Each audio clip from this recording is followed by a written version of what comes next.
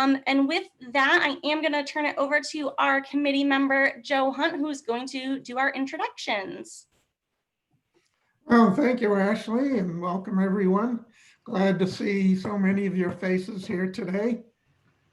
And I suspect that unless you're a recent graduate, I'm sure if you were to visit Huntington Avenue campus today, it would be vastly different from when you did graduate. And the reason is the university has gone through many decades of significant expansion. I know when I graduated in 1962, this expansion was just beginning. The Boston Opera House had just been torn down. The destruction of the massive Boston Storage Warehouse across the street had just begun.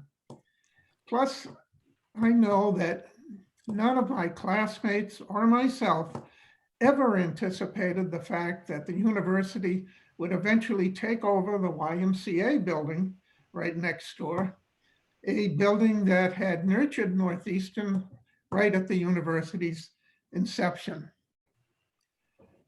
Now, today's presentation is going to give us some insight into this expansion and growth by examining some of Northeastern's campus landmarks that are representative of this period of growth. Buildings, facilities, parking lots, green spaces, hot tops. Many of these things have come and many of these things are now gone. Our presenter is going to be Dianna Bronchuk. Currently, she's a program coordinator here at Northeastern's Office of Alumni Relations. And among her other tasks, she leads and supports live and virtual programs for college and affinity partnerships all across the campus. Incidentally, she's also pursuing a master's of public administration degree from Northeastern, and she also has a master's degree in corporate and organizational communications, also from Northeastern. Previous to coming to Northeastern, she was an events and communications intern at UMass Amherst, where she earned a bachelor's degree in communications and sociology. Now, during Dianna's lifetime, she has contributed time and effort to countless volunteer organizations and outreach programs. But one thing that did catch my eye was that once she taught third grade religion at her local parish.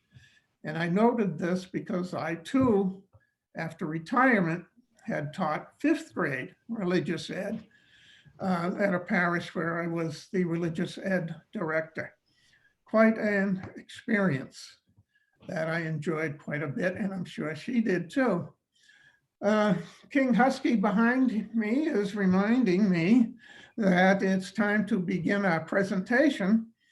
So welcome, Dianna, and over to you. Thank you so much for that wonderful introduction, Joe. That makes me sound so official, number one. And yes, I was a CCD teacher for my local parish. My mother is the secretary for religious education at my local parish in Leominster, Massachusetts. So if anybody's from Central Massachusetts, please send a little shout out in the chat. But basically everything you just said, I was going to say. So thank you so much for saving me some time.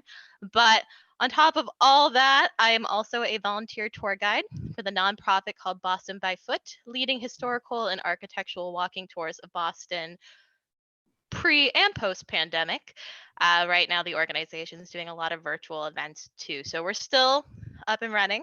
Here I am in the bottom left-hand corner, modeling for our Women Who Empower program mug. I'm wearing that sweater today, but my hair doesn't look nearly as nice. But regardless, I'm very excited to be leading this virtual event of Northeastern's Boston campus.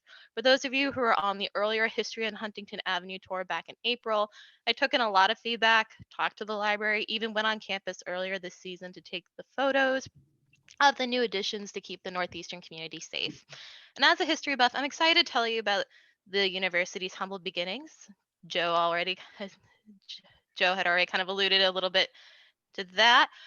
And the historic stops on campus, as well as how Northeastern is showing its resilience in the pandemic. So I just want you to know before we begin, please feel free to type your questions and answers in the chat feature, and also share your stories too. That's something that I really love about this virtual event, is I really get to hear your story. I really get to hear more about Northeastern through the years from your perspective. If you've tell me what car you drove on campus. If you ever lost your car or got a ticket. If you were ever stuck in a snowstorm, or even where your first class was held, what building really resonates with you mostly, please feel free to share that in the chat. My teammate Ashley will help me answer questions at the end of a tour stop before we move on to the next one. And again, this presentation is being recorded. So let's dive into our home between the orange and green lines on Huntington Avenue. All right. Now, we have to begin our tour at the very beginning of Northeastern, in the halls of the Young Men's Christian Association of Greater Boston, the first YMCA chapter in North America, established in 1851. The educational director of the Evening Institute, Frank Palmer Spear, wanted to start a night school in 1896. Now, pretty sure all of you have heard of this name before. He's kind of the godfather, the father of Northeastern, if you will. He was the first president. And so he started the first class on October 3rd, 1898, Northeastern's birthday. And it became the foundation of our that class became the foundation of our beloved university. But did you know it actually didn't start on Huntington Avenue?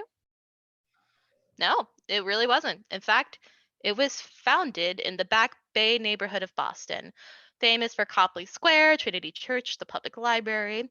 And what you're seeing is actually the third home of the YMCA in Boston, built on the corner of Berkeley and Boylston Streets in 1883. And that's the birthplace of Northeastern. It wasn't until 1910, when a fire burnt down this building, where the YMCA decided to move further south into Boston and start building their current home today on Huntington Avenue, which opened in 1913. Classes were held in the YMCA's Botolph building, built in 1911. This building soon became the South Building and then renamed to Colnane Hall in September of 1985, making it the oldest building on campus. If anybody had a class in Colnane, or at that point in time South Building, please feel free to shout out in the chat. And by the time that the Evening Institute moved into this new Y building, there was already 5 schools attached to Northeastern. And these 5 schools were the first automotive school. The car was brand new at the time in 1903 when it opened. An evening law school, an evening polytech school, the School of Commerce and Finance in 1907 for those of you who graduated with a business degree, and in 1909 the Cooperative Engineering School, where co-op first started. Does anyone know if Northeastern was the first school to introduce co-op?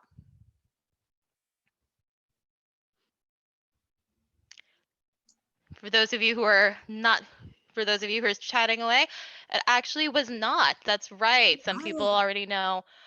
Some people knew the answer. Yes, it was not. Northeastern is not the first school to introduce co-op. That is the University of Cincinnati. They did it in 1906, but in my opinion, Northeastern does it much better. I'm pretty sure you all would agree to that.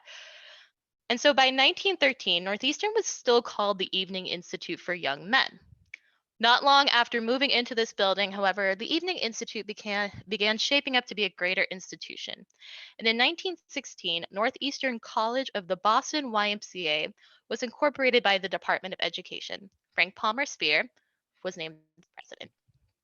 The next year, the first cauldron was published, and in 1919, the first banquet for Northeastern alumni was held. So Ashley and I would have had a job in 1919. And Northeastern was going to continue to grow. In 1922, after the Department of Student Activities opened, Northeastern became a university, but still kept its ties to the YMCA until 1948, when it officially separated. But don't fear, we still have a great relationship with the Y, and in 2011, we helped renovate the gymnasium and class spaces. Northeastern classes are still held in here, and some dormitories are also in this building too. And it's now named in this section of the building. So this door right here, I just have another photo of it for you, is under the name Hastings Hall. And I just took this photo just to show you guys. You see these signs here: enter only, exit, no entry. It's the exit only door. This is one of the many ways that Northeastern is trying to keep some safe practices during this pandemic. And so before we move, I'm looking at the chat. If anybody has any questions, please feel free to chat them in. I see somebody said that their dad went to Northeastern, class of 54.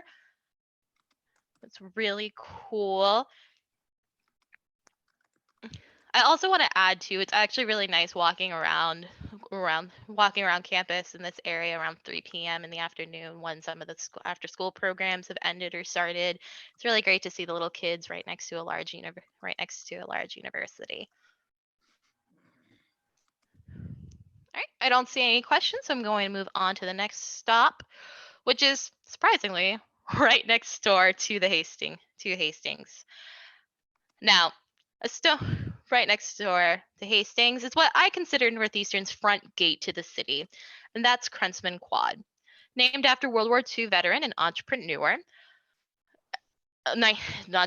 trustee Emeritus, and 1949 alumnus Harvey Krentzman and his wife Farla in 1996. Now, I know some of you probably remember it being called Rogers Mound when President Ryder was leading campus, but as you can see from this photo, in 1915, it was at one time a plain dirt lot. I know, times have changed, right? This staple of campus was purchased in 1929, making it the first land on Huntington Avenue owned by the university. And in this quad are two of Northeastern's most historic buildings. We got Dodge Hall, which opened up in 1953, serving as the library until Snell opened in 1990. Anyone remember going to Dodge for a late night study session? Now most of the business school, the Moore McKim School of Business, has most of their offices in this building. The first floor lounge was newly renovated and has these giant screens showing the stock market 24/7. And you definitely see some students having some late night study sessions in there as well. And then Richards Hall was the first building to be constructed by the university over here on the left-hand side in 1938. So before this time, Northeastern was still occupying the Wise buildings in the area, like I said, Colnane Hall or South Building. But Joe already kind of alluded to this building across the street here. Built in 1909 as the home for the city's lyrical dramas, this is the Boston Opera House. The Boston Opera House, not to be confused with Symphony Hall up the street. The Boston Opera House, again, opened in 1909, was deemed unsafe by the Boston City Building Department in 1957. The deed went through different hands until being sold to Northeastern's President L later on in the year. And so in 1964, Spear Hall, here's just another side photo of the Boston Opera House. And so in 1964, Spear Hall opened as a dormitory for women. Female students were admitted to Northeastern's Day College since 1943, and Spear Hall was one of the many residence halls to be built in the 1960s. But Northeastern's largest student body was still commuters from the local Boston communities and nearby suburbs. So here's Spear Hall today. And as you can see, there's this large white tent in the green space. And this is one of the many outdoor dining areas for students. Another way to combat the pandemic is to have a lot more open air dining available for the students. So this is just, again, one of the many tents. As you can see, the day that I took this photo was a little bit warmer outside, so the flaps were open. I believe that these are heated inside, and they're hoping to keep these tents up for as long as possible. But for those of you who are still in New England, we all know that that Mother Nature likes to play tricks. So we still hope that we can still keep this as an option for students in the future. So, any questions before I move from the city's theater world to the sports? I see there's a lot going on in the chats about somebody's grandmother. My grandmother used to live in the Roosevelt that became White Hall. For a time, my mom lived there too. I was told never to go beyond the railroad tracks. The J.A. Cigar Factory. Oh, He recognizes it. that's really cool. We used to say that every time Northeastern got a decent parking lot, they stuck a building in it or an afternoon nap. Oh, that's really cute. Yes, NU Archives does have some great photos of the Opera House before it being demolished and as well as being demolished. I'm not gonna lie. There was one really cool photo where the whole front wall was just completely knocked down, but it didn't fit it was too big of a photo for me to upload into this presentation. So Oh, um, oh, and I see we have President's Writer's daughter here on the line. So feel free to share any questions, any side notes. I see to pull your grandmother's leg in the mid 1960s as NU did a big PR campaign advertising their plans. A big fine art. Your grandma was a big fine arts, big MFA visitor. Oh, and President Ryder had said, "Oh yes, we're planning to knock down the MFA to put in our football field." Oh well, good thing that didn't happen. And as you all know, hockey is more our sport anyway. So, but the MFA is still alive and well for those who are wondering. All right, well, let me move on to the next stop on our tour. All right, so I played Tessie earlier. Few people are not a big fan of that song. It's one of my personal favorites because I'm a huge Red Sox fan. But before I even talk about why I was playing Tessie, let's talk a little bit about this photo from 1961. So Northeastern purchased over 20 acres of Huntington Avenue property that basically extended the main campus to Ruggles Street in the Orange Line and the Orange Line today. So right here, I just put in some lines here. This line is Huntington Avenue. This is Forsyth Street, and this is soon to be the Orange Line here. So, and as you can see, this is ultimately going to become some parking lot areas. If anybody can see their car, let me know. I'd be happy to point that out. And jeez. Northeastern was slowly moving down Huntington Avenue, converting some areas into parking lots and ultimately buildings, as someone had already said.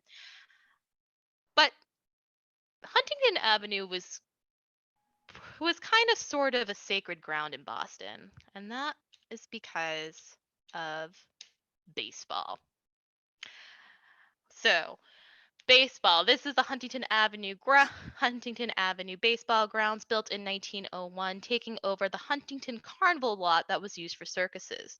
The field's first game was on May 8th that year. Close to 11,500 people could be seated to watch the Boston Americans, the first iteration of today's Red Sox, including their loyal group of fans called the Royal Rooters, who would have this rally cry called Tessie. Hence why the song that I just played was Tessie from the Dropkick Murphys, which was a historical rendition of the Royal Rooters rallying cry, where the lyric "up from third base to Huntington" is proudly sang. So there you go, guys. Always a Northeastern connection everywhere you go.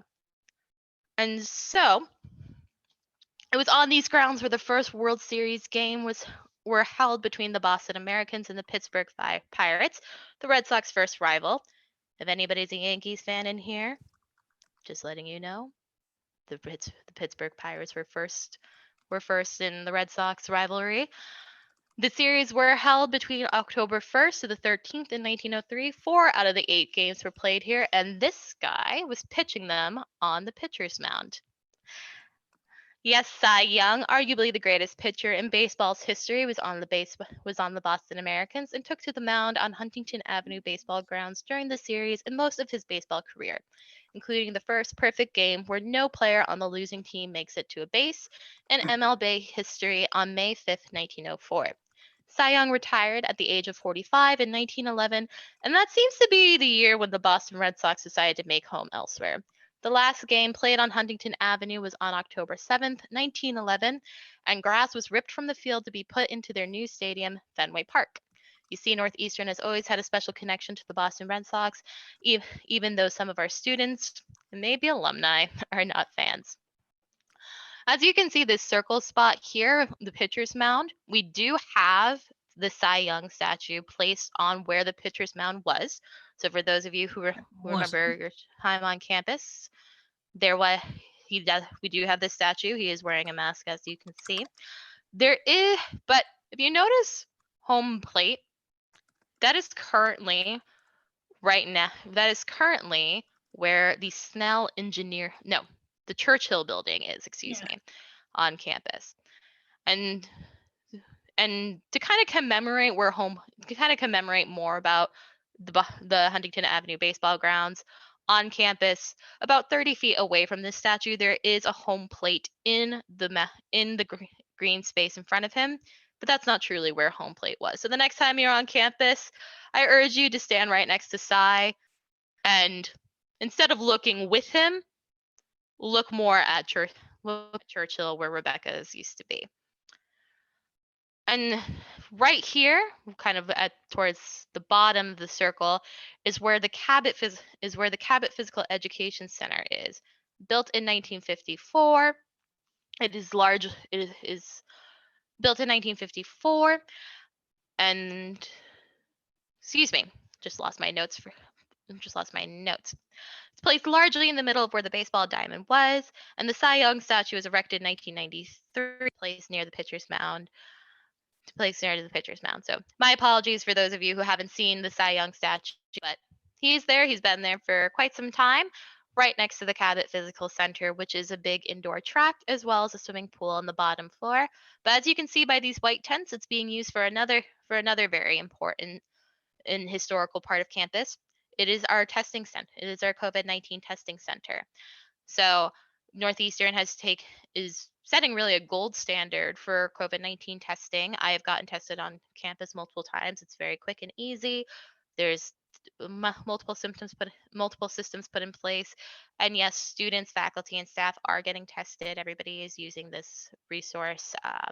Required, yes, but everybody has been willing to do it in the name of keeping everybody safe. And so before I go on to the next dot, does anybody else have any questions?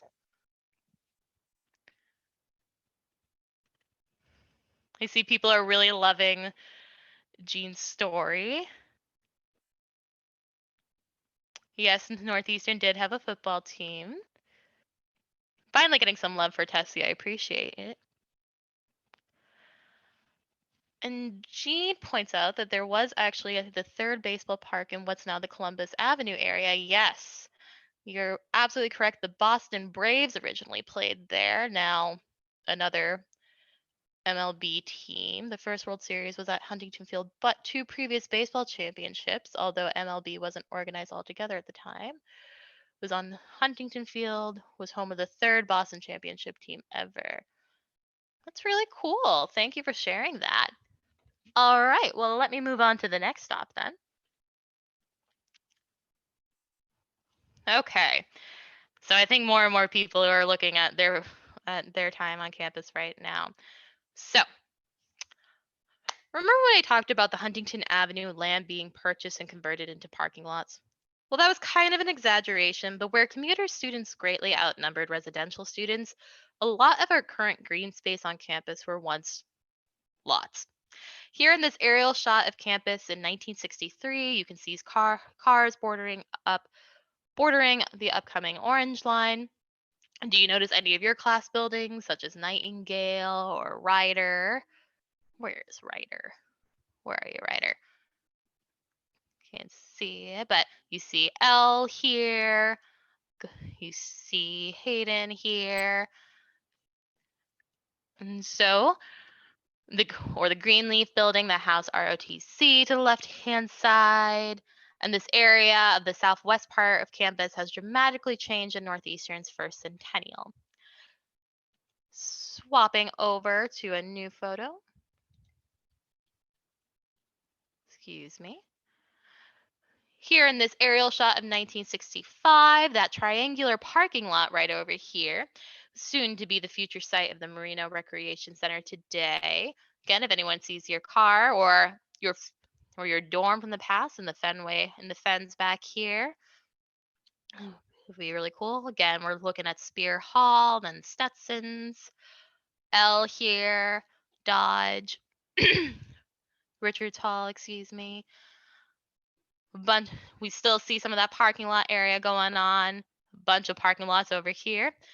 And Jean, you can correct me if I'm wrong, but I believe it was in this area was where the Columbus Avenue baseball grounds were way back in the day. And so moving forward to two more decades, here in 1985, we got another aerial shot of campus, and where we still see some parking lots, some parking options for students. But really, it wasn't until, and the MFA here too, but really, it wasn't until the mid 1990s where we see this transformation into green space. Here's Centennial Common, and this was added in the mid 1990s as a celebration of Northeastern's 100 years Centennial campaign that was launched in 1994. And if anyone here is surprised to see so much green space, might also be surprised to hear that Northeastern has become an arboretum. In May of 2019, it was given the status for having over 140 different tree species and over 1,400 individual trees on campus. And I was with you guys last fall when we were taking an arboretum tour with Chuck Doherty, showing off the different tree species on campus. And if you were with my group, you might remember there are some edible berries on campus too. They were not that delicious. And no, I don't see students eating them, so that's pretty much a good sign. But taking a little bit step back, going back here into Centennial Common. Here in the Common, students, as you can see, are lounging out about.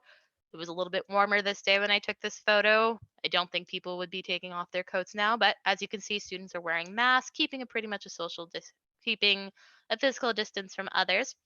But something to point out here in this Centennial Common is some new buildings like Baracus Hall and the Visitor Center over here, but also some homes to the beloved cultural centers on campus, such as the John D. O'Brien African American Institute that opened in 1968. And it's also the home of some of the city's, and I do mean the city's, most beautiful public murals. And this goes to President Alun's Public Arts Initiative that brings local and national and international artists on campus to bring art for all campus visitors to enjoy. Centennial Common is home to a few of the larger murals, such as Ars et Scientia by artist L. Mack on Mercer Hall, and one of the few newer murals, 999 Cranes, here at the bottom right, by Sylvia Lopez Chavez, that brings color to Ruggles Station, one of the first bridges to Northeastern's neighboring communities. I truly believe that Centennial Common symbolizes the transformation of Northeastern from a well-known commuter school into the mid-90s to the premier research institution it is today. And so before I move on, does anyone have any questions before moving to some new bridges? I see some people were on that Arboretum tour last year. Yes, I had a lot of fun with that. I have a lot of fun with you guys. You guys are great. Ashley, always invite me whenever you want. All right, some more insight from President Ryder. He approved all of the greenery and artwork, now making the campus a great example of urban design. I'm happy that these all make you smile. Yes, the Centennial was in 1998. The Centennial campaigns are launched 2 to 3 years beforehand. So that's why I might have said mid-90s, but yes, the Centennial was 1998. And we recently celebrated Northeastern's 120th birthday. John had shared a historic map of both the baseball fields. Thank you, John. I appreciate that. I'll look that up myself. So, oh, Tom, you're only 10 years away. You were 9 years away. Yes, I can't do mental math. I can't do mental math well, but close though. All right, let's move on to the next stop then. So, let's talk about some more bridges on campus. All right. So, one of Northeastern's largest face across the Orange Line's tracks is the Interdisciplinary Science and Engineering Complex, the first private research development in Roxbury. Opened in 2017 to a grand ceremony, ISIC, which you can see a little bit about here, but more so the inside here, was opened and is dedicated to sending projects to Mars, to extreme disciplines in computer science, and many more that are all exposed by this ginormous wall of windows on the left-hand side. It's absolutely gorgeous when you walk into this atrium. Many marvel at this stellar spiral staircase that almost leads visitors to the large skylight up above. And it's just so pretty, and it totally deserves the Harleston Parker Medal, naming it the most beautiful building in Boston by Boston Society of Architects in 2018. And just a fun Boston history fact. Again, I am a volunteer guide after all. Another building in Boston shares the most beautiful building award, awarded to them in 1969. I'll give you a hint. I'll answer the question later on. You probably wouldn't call it beautiful today. But anywho, I'll answer that. But with such a large building on the other side of campus, we needed another way to get there. And so earlier in 2019, in the spring of 2019, this new bridge was open. As you can see, some students are crossing it. This went over the Orange Line tracks, and I'm just going to show you a clip of how this bridge was being built because it was quite an engineering feat.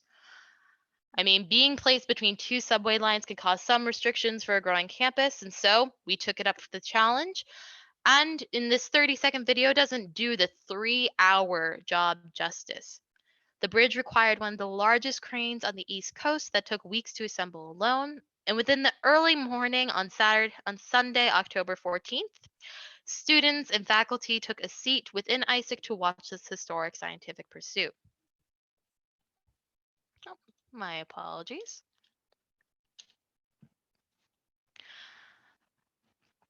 And I wanted to give you guys a little bit of a sneak peek here for some new developments.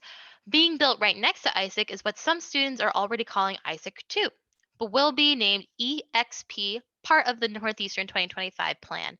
Slated to open in 2003, EXP will have some space for research across disciplines in areas such as cybersecurity, robotics, coastal sustainability, community resilience, and drug delivery. And so ISIC and the pedestrian bridge are definitely an example of Northeastern connecting to the local communities.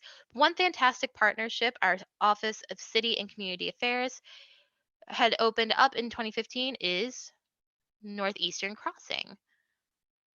Located in the International Village, Northeastern Crossing is a community center for the local Roxbury community that holds events and classes such as Afro yoga, English learning courses, and much more.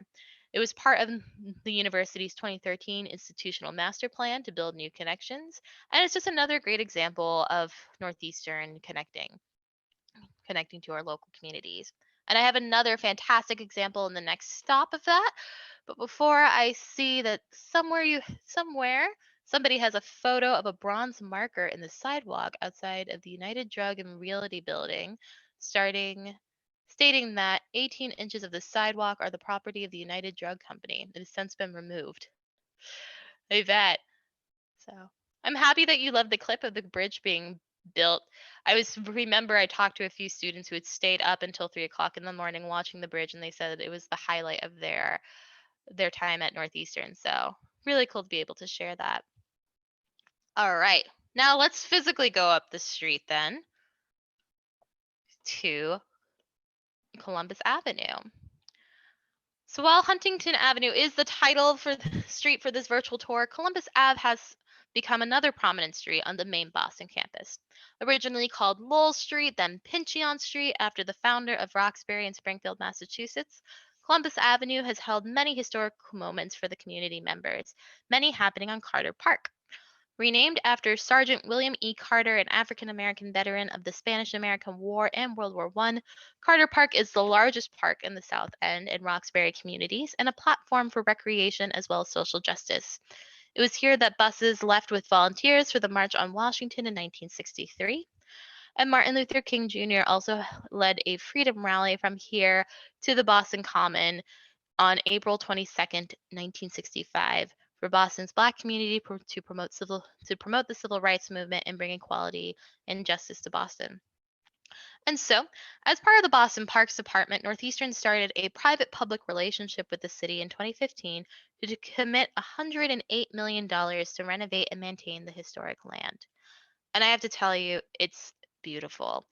In September of 2018, Carter Park reopened for fall soccer and football leagues. A tot lot over here on the left was dedicated to a young alumnus, Victoria McGrath.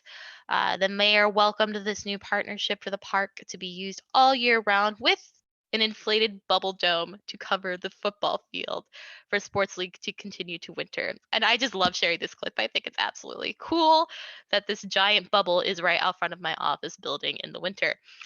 I can't truly describe what it's like to stand in the bubble. It kind of sounds like you're in a seashell effect, but truly it brings a smile to my face to see these young kids being able to play the sports that they love during the winter.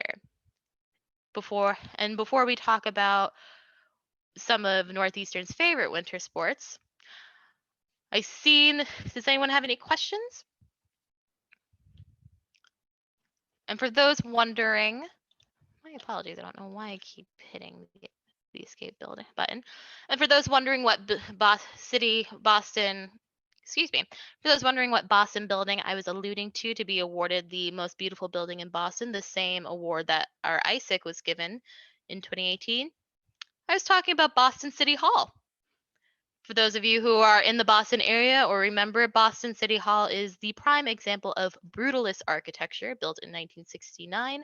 It was in 1969 awarded the most beautiful building in Boston and New England, and in recent years was actually awarded the most ugliest building in New England.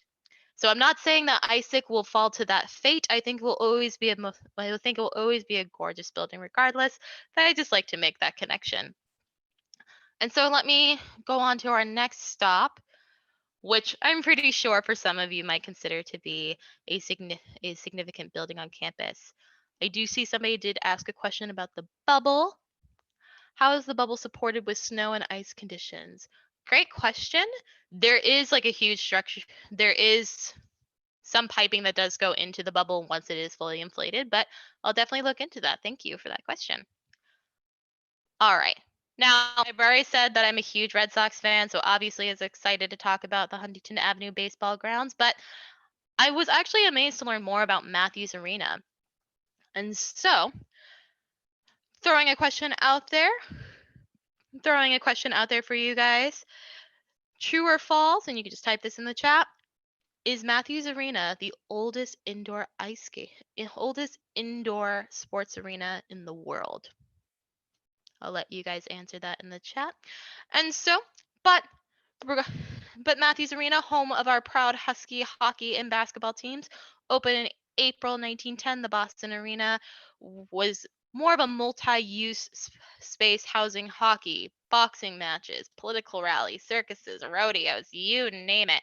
While Northeastern's male hockey team first started in 1929 in this arena, the Boston Bruins were also founded here in 1924, as well as the Boston Celtics in 1946. And if you're not a Boston sports team fan, well, another NHL team actually calls the Boston Arena their home as well, the Carolina Hurricanes. Yeah, they were founded in Boston under the name the New England Whalers, and they actually have a unique history, but they actually have a unique history, but I'll let you guys look that up if you'd like. But how did the Boston Arena become the Matthews we all know and love? Northeastern purchased the arena in 1979 and renamed it in honor of Trustee Emerita in 1956, alumnus George J. and his wife Hope M. Matthews in 1982. And while the historic building still holds its charm, it has gotten some technology upgrades with a brand new video board that really amps up fans during sports games. I mean, this thing is absolutely huge. It's really cool. And while unfortunately no fans can watch the hockey games for this upcoming season, the athletics department is hosting a fundraiser right now where you can purchase a cardboard cutout of yourself to be placed into the sand, so you're still cheering on our proud Huskies. And so I'm looking in the chat right now. I see you guys answered correctly. Yes, Matthews Arena is the oldest indoor ice rink and the oldest indoor ice sports arena in the world. Canada would have that title too. There is some discussion. There is some debate on whether or not Matthews Arena can hold that title, because there was a fire in 1913, which I believe is the reason why we do have the brick facade now, and that closed the Boston Arena for some time during the season. And during that time, a indoor ice rink out in Michigan had opened up, and so they say that they should hold that title because the Boston Arena had closed and had to be renovated. But I think we all know that the Matthews Arena truly holds that title. And yeah, if anybody remembers what their first game was or their first time in the Matthews Arena, please feel free to share it in the chat. My father had saw a bunch of different concerts in here. The James Brown concert, or The Most Silent Night of Boston, was housed here. JFK launched his political campaigns here as well. And yes, the first Beanpot was played here at Matthews Arena. And so let me move on to our next stop. Talking about expansions here on campus, Northeastern is continuing to expand all over Huntington Avenue, with administrative offices at the Christian Science Plaza next to the Prudential Center to Columbus Avenue talked about earlier. And earlier this year in February, Northeastern acquired the Massachusetts Horticultural Society building on the corner of Huntington and Massachusetts Avenue, right across from Symphony Hall. My camera couldn't fit Symphony Hall here, but it would be over here. As you can see, it looks like a pretty historical building. It was built in 1901. It was the third home of the Massachusetts Historical Society and housed over thousands of flowers and plants, making Boston into a biodiverse. It hosted many different horticultural and gardening organizations, but unfortunately changed hands multiple times after being sold to the neighboring Christian Science Church in 1992, then to Marcus Partners in 2017. Currently, the Boston Magazine, the Museum of Fine Arts, and small art studios use the building, and to be determined how Northeastern will utilize the building. But until then, let's return back to campus to talk about some true campus icons. I already see somebody told me that they saw both the Ice Capades and the Ice Follies at the Boston Arena. That sounds really fun. Really cool show there. And so as we return to campus, this is where I would love to hear even more memories being told, because we have to talk about a very proud icon here.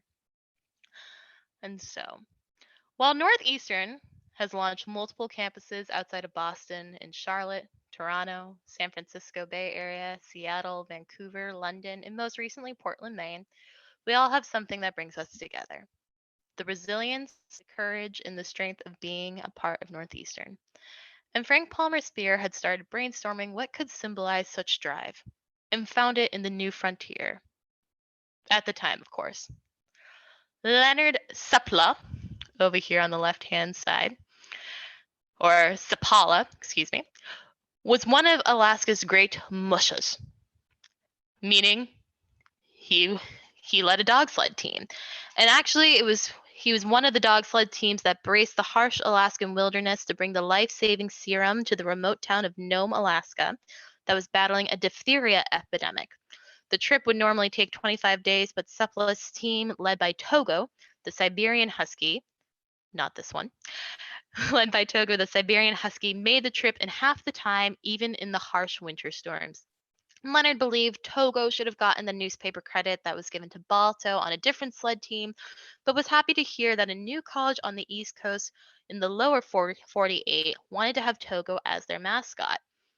But when Leonard was asked, but when Frank Palmer Spear asked for Togo the dog, Leonard didn't want to give his lead dog to President Spear, but he was happy to give him a puppy, as we see right here next to a very happy student.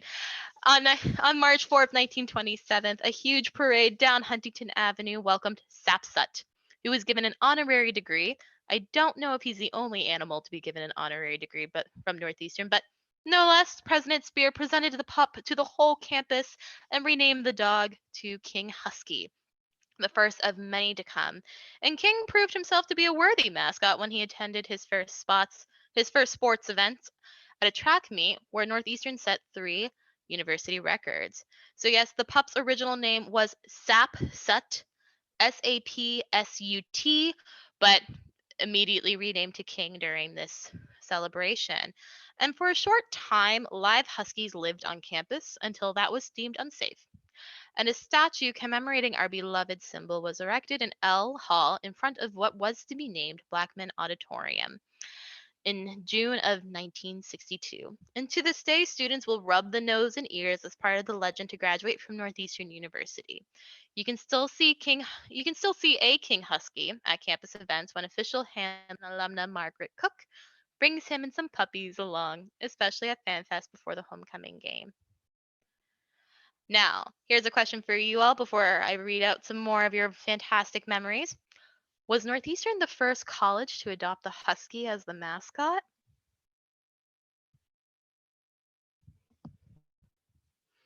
I know some people have heard of some other colleges. I see somebody saying yes, question mark. Well, you're right. Northeastern was the first college to adopt the Husky mascot. Now, you can proudly say that, and I see, Joe, your King Husky is right behind you still. Be proud. Be proud. Northeastern is truly symbolizes everything that a Husky can do and what a Husky will do more and more. And so, while that might be the end of this tour, there's still so much to learn about campus as Northeastern continues to expand and grow. As I said, the regional hubs left and right. But let me answer any questions you have, or if there's any other memories you'd like to share. I see that you guys have an upcoming NU at noon update on the Root Institute next Tuesday, talking about the new hub in Portland. Yes, that is true. That should be really cool to hear all the new updates up there. Somebody said a few times in the late 1950s, I remember trying to ice skate on a Sunday afternoon when it seemed Northeastern had rented the space to allow faculty, students, and their families to enjoy a skate. Oh, my vivid memory is Izzy Aloof flying by me on wiggly double-bladed skates. Whew. Fun times. All right. If anybody else has any questions or memories?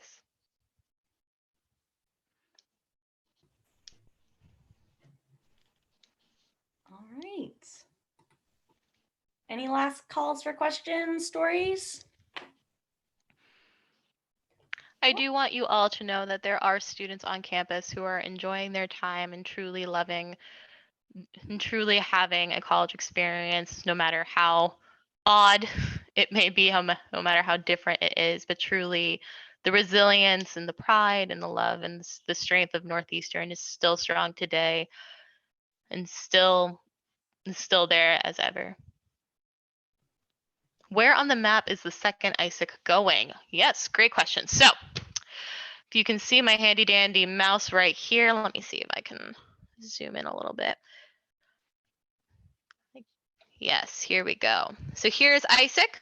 EXP is actually going to be right in this green space. I know on the map this looks very small. It's actually a much larger space. So this green space is going away, but EXP will be right in here. So Ruggles train station here. This is Renaissance Parking Garage, ISIC, EXP. Let me get back to you on what EXP stands for. My apologies for not having it on hand.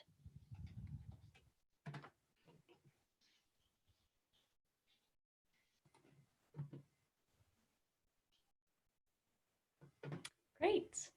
I was trying to quickly look up what EXP stood for, but I honestly don't know either. We will have to find that information out and make sure we get it out to the group. But with that, unless there's any other questions or comments,